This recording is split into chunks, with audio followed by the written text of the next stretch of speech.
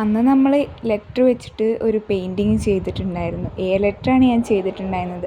അതിൻ്റെ അടിയിൽ ഒരുപാട് എസ് വെച്ചിട്ട് ചെയ്യുമെന്ന് ചോദിച്ചിട്ടുണ്ടായിരുന്നു. അപ്പോൾ ഞാൻ കരുതിയിട്ടുണ്ട് അത് ചെയ്യാമെന്നുള്ളത്.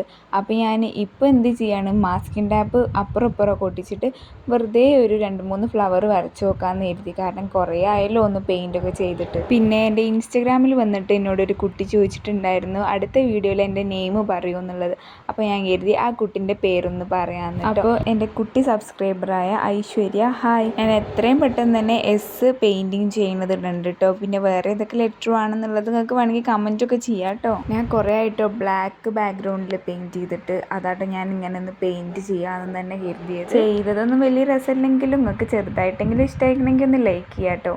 പിന്നെ നമുക്ക് 9K സബ്സ്ക്രൈബേഴ്സ് ആവാനായിട്ടുണ്ട്. അപ്പോൾ എല്ലാവരും സപ്പോർട്ട് ചെയ്യുക. ഇതുവരെ സപ്പോർട്ട് ചെയ്ത് എല്ലാവർക്കും നന്ദിയുണ്ട് കേട്ടോ. അപ്പോൾ പൂവൊക്കെ വരച്ച് കഴിഞ്ഞപ്പോൾ എനിക്കൊരു ഫിനിഷിങ് കിട്ടാത്ത പോലെ കേട്ടോ. അപ്പോൾ ഞാൻ എന്ത് ചെയ്തു, ഒരു 2-3 വള്ളി കൂടെ വരച്ചിട്ട് കൊളാക്കിയിട്ട് എടുത്തിട്ടുണ്ട് കേട്ടോ. വള്ളികൾ വരച്ച് കഴിഞ്ഞപ്പോൾ പിന്നെ തോന്നി വേണ്ടേന്നില്ല, ആദ്യത്തെ തന്നെ രസം. നിങ്ങൾ പറയട്ടോ ഏത് നിങ്ങൾക്ക് ഇഷ്ടമായി എന്നുള്ളത്.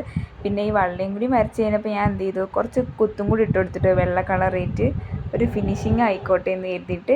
എന്നിട്ട് എനിക്ക് ഏറ്റവും ഇഷ്ടമുള്ളൊരു പാർട്ടാണ് നമ്മൾ ആ മാസ്കിൻ ടാപ്പ് ഊരി കളയണത് കേട്ടോ. അപ്പോൾ നമ്മൾ ചിത്രത്തിൻ്റെ ഫൈനൽ ലുക്ക് ഇങ്ങനെ കേട്ടോ. നിങ്ങൾക്ക് ഇഷ്ടമായോ ഇല്ലേ എന്നൊക്കെ ഒന്ന് പറയാം. ബൈ.